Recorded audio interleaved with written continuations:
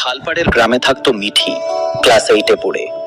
স্কুলের মাস্টারমশাই বলতেন, বড় হওয়া মানে বেশি নম্বর পাওয়া নয়, বরং মনটা বড় হওয়া। বর্ষার এক সকালে স্কুলে যেতে যেতে কাদার মধ্যে মিঠি একটা পুরনো কাপড়ের থলি দেখতে পেল। খুলে দেখে ভেতরে তাড়া করা টাকা, প্রায় 30,000। মিঠির বুক ধক করে উঠল।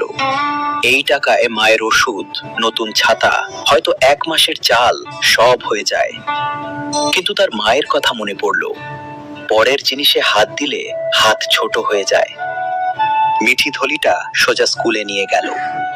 হরেনবাবু ডায়েরির প্রথম পাতায় নাম্বার পেলেন ডাক্তার অনির্বাণ সেনের।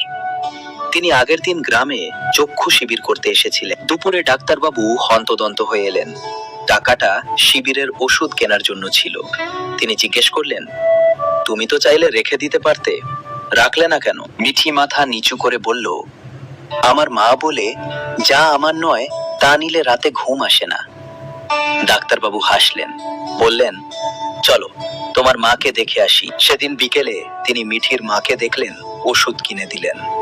যাওয়ার সময় বললেন, এই মেয়েটার পড়ার খরচ আমি দেব।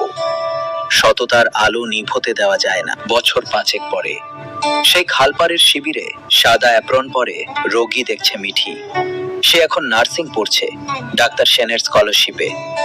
মিঠি মা আর শিক্ষক দূরে দাঁড়িয়ে দেখছেন। মিঠি সেই পুরনো থলির গল্পটা বাচ্চাদের বলে, সেদিন আমি টাকা ফিরিয়ে দিয়েছিলাম, ভেবেছিলাম আমি কিছু হারালাম।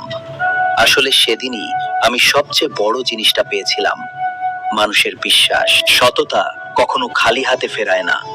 লোভ সাময়িক স্বস্তি দেয়, কিন্তু সৎ থাকলে মন শান্ত থাকে। আর সেই শান্ত মনই জীবনের বড় দরজাগুলো খুলে দেয়।